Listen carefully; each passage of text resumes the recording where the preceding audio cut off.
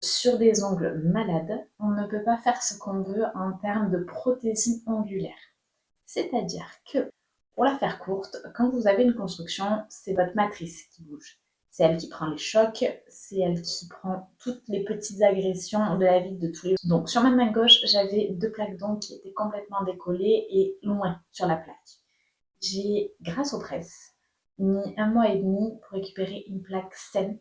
Un ongle qui reste nu est un ongle qui est fragile. Je m'explique. Votre plaque est déjà fatiguée, d'accord? À un moment donné, ça va forcément repousser, vous allez avoir un semblant de bord libre. Ce bord libre va s'accrocher partout.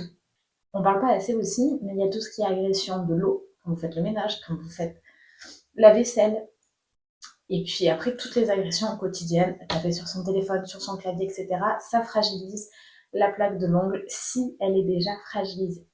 Alors qu'avec les press-on nails, c'est des capsules en gel. Donc ça va venir mettre une barrière sur votre ongle naturel et pour autant sans fragiliser la matrice puisque c'est un pad adhésif. Les pads adhésifs ne sont pas une extension de votre matrice. Ils sont vraiment posés par-dessus. Donc dès que ça bouge, c'est la capsule en elle-même qui bouge et pas votre matrice. Donc ça vient englober votre ongle naturel et donc le protéger des agressions et des mouvements.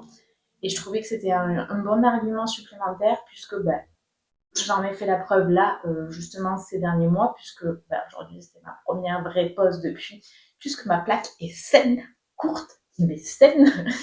Et surtout que les presses, en les enlevant tous les 10 jours, ça me permettait de suivre l'étendue des dégâts dessous et de couper ce qui est repoussé, mais pas sainement. Et c'est là où c'est important aussi.